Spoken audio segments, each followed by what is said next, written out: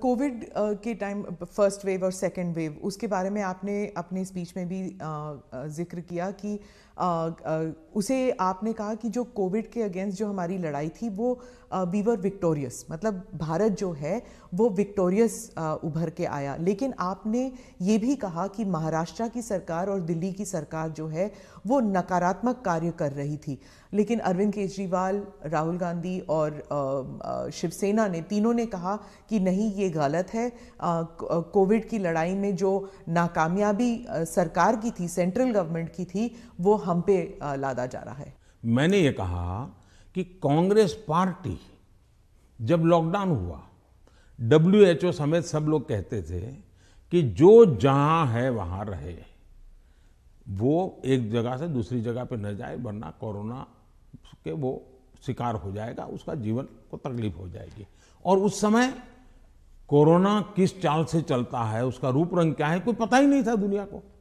Lockdown, अफरा तफरी में लॉकडाउन राज्यों ने शुरू कर दिए थे, राज्यों ने लगातार अपनी तरफ, और एक राज्य लॉकडाउन कर रहा है तो दूसरे, तो इसलिए नेशन वाइड कुछ करने की आवश्यकता बन गई थी। ये लोग भूल जाते हैं, लॉकडाउन पहले से ही राज्यों ने शुरू कर दिए थे।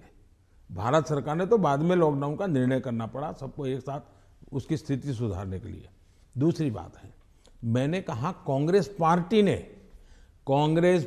ने फ्री टिकट दे करके लोगों को प्रोत्साहित किया कि आप जाइए। वो टिकट तो दिया उन्हें 500,000 लोगों को, लेकिन हवा बना दी कि जाओ। अब उस समय ये न करते तो हमारे देश के श्रमिकों को दो चार, क्योंकि भय का वातावरण तो था ही था, 2-4 दिन में चीजें संभल जाती उनको पर, तो बाद में व्यवस्थाएं खड़ी हो जाती। लेकिन उल्टा किया और पूरी ताकत श्रमिकों के लिए लगानी पड़ी। तब जाकर के योगी जी को हजारों बस भेजनी पड़ी यहाँ पर।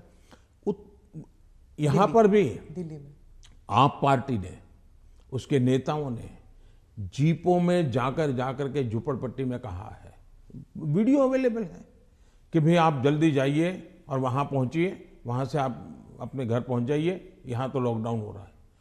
भय पैदा कर दिया। और मैं हमेशा कहता हूं, ये भारत की जनता इतने बड़े संकट में, दुनिया मानती थी कि हिंदुस्तान का हालत सबसे खराब होगा, और स्वाभाविक था कि इतनी बड़ी जनसंख्या, हम इस प्रकार से समूह में रहते हैं, हमारा जीवन भी सामूहिक होता है, और ये बीमारी ऐसी है कि तुरंत लपेट लेती है, तो हमारे लिए हर प्रकार के संकट थे, ये तो मानना पड़ेगा।